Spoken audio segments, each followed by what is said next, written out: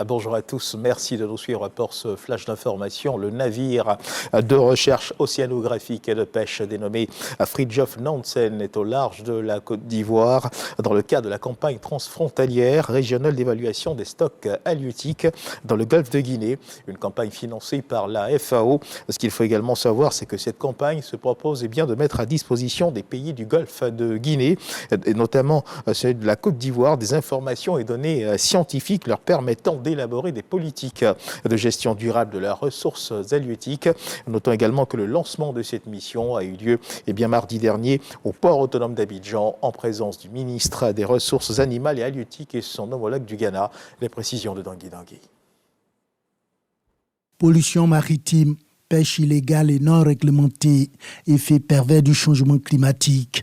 La facture est salée pour les pays du golfe de Guinée. Plus de 2 milliards de dollars américains de pertes financières selon le port autonome d'Abidjan, qui annonce par ailleurs avoir traité plus de 912 000 tonnes de produits halieutiques en 2023. De quoi donner une portée économique et sociale à cette campagne transfrontalière régionale d'évaluation des stocks halieutiques dans le golfe de Guinée. Les informations et données collectées par cette mission scientifique, portée par la Norvège et financée par la FAO, sont vitales, selon de nombreux experts, pour formuler des politiques de gestion durable des ressources halieutiques dans les pays du golfe de Guinée, notamment en Côte d'Ivoire. L'escale qu'effectue le navire de recherche a pour objet, dans le cadre de cette cérémonie, de parfaire notre connaissance sur le plan d'eau national et halieutique dans notre juridiction nationale et transfrontalière. Face aux défis de la souveraineté alimentaire, nous devons réinventer notre système de gestion des pêches en nous basant sur la démarche scientifique à partir des résultats des campagnes. Le navire de recherche océanographique de pêche Dr Fridtjof Nansen est un bateau de recherche ultra-moderne au service des pays partenaires du programme dénommé « Soutenir l'application de l'approche écosystémique à la gestion des pêches compte tenu des impacts du climat et de la pollution ». 10 scientifiques ivoiriens participent à cette mission sur le navire de recherche océanographique de pêche Dr Fridtjof Nansen. Un reportage de Dangui Dangui. En 2001, les chefs d'État africains s'étaient engagés lors d'une rencontre qui s'est tenue à Abuja, au Nigeria, à allouer au moins 15% de leur budget national au secteur de la santé. Qu'en est-il aujourd'hui de ce plaidoyer ?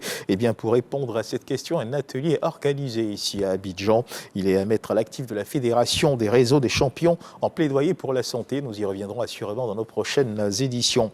Dans l'actualité internationale en République démocratique du Congo, dans l'Est du pays, le gouvernement a dépêché hier jeudi une délégation à Goma, chef-lieu de la province du Nord Kivu, alors que le 3 mai dernier, le camp de déplacés de Mugunga à proximité avait été bombardé. Un bombardement dont le bilan humain est passé à 35 morts. Fabrice Pouella, le ministre des Droits humains de la République démocratique du Congo, a exprimé le ras-le-bol des autorités congolaises sur l'ambivalence de la communauté internationale concernant le sujet.